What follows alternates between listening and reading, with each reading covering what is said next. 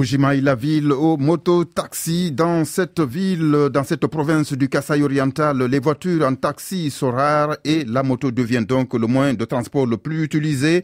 Pourtant, le mauvais état des routes ne facilite pas la tâche quotidienne des conducteurs de taxi-moto. Mbuji-Mayi, la ville aux taxis-moto, un reportage de Jacques Matande.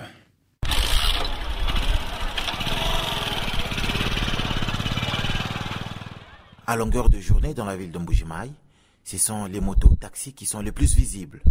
Lorsqu'on cherche une voiture taxi, il faut marcher jusqu'aux rares parkings encore disponibles dans cette ville. Être chauffeur taxi-moto est l'activité à laquelle recourent beaucoup de jeunes, faute d'emploi. L'un d'eux est Richard Makolo.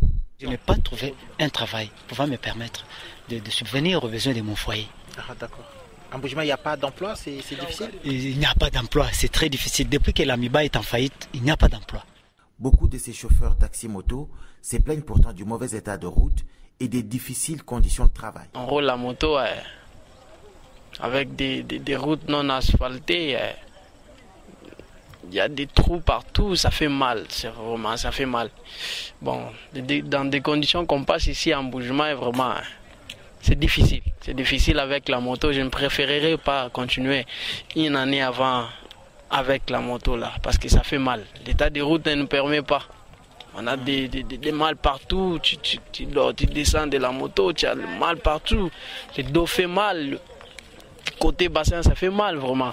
Les étapes de la moto, ça fait un peu mal là. L'état de nos routes en Mbuji-Mayi ne permet pas. Et on a des routes vraiment qui créent des hémorroïdes. Et c'est pourquoi je ne suis pas vraiment... Des hémorroïdes comment? Il y a trop de le dos fait mal. Et puis ça crée des maux de dos vraiment pas mal au niveau du bassin.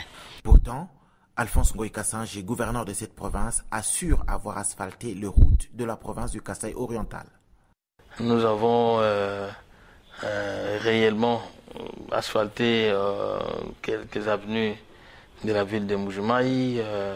À ce jour, on est autour de 25 km de route asphaltée sur fonds propres.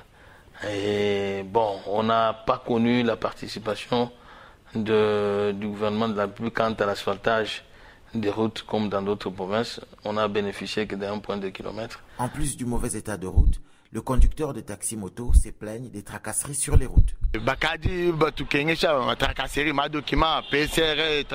On fait souffrir sur les routes les tracasseries pour des documents de moto, les impôts et autres taxes dont nous ignorons l'existence. Nous demandons aux autorités de bien réfléchir, qu'elles sachent que nous avons créé cette activité pour aider à diminuer la crise à Mbuji-Mayi, au lieu de multiplier les taxes qui ne feront qu'accroître les dépenses pour les conducteurs de moto.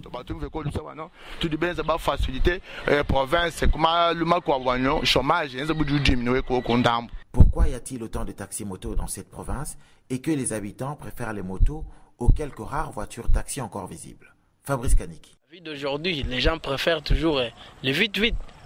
Vous voyez, avec les motos, motos, ça facilite un peu la tâche. Tu vois, une personne qui a une urgence là, il préfère mieux prendre la moto. Parce qu'il arrive vite. Oui, il arrive vite, bien sûr. Qui allait s'aligner du côté véhicule, afin que le véhicule soit totalement rempli avec des gens qui pouvant lui permettre d'aller quelque part. Peut-être que tu es à Bakwadianga, tu voulais arriver vite à Mama Embu. Alors, au lieu d'attendre le bus, que le bus soit plein avec des gens là-bas, alors tu préfères mieux avoir la moto pour que tu aies d'urgence là-bas.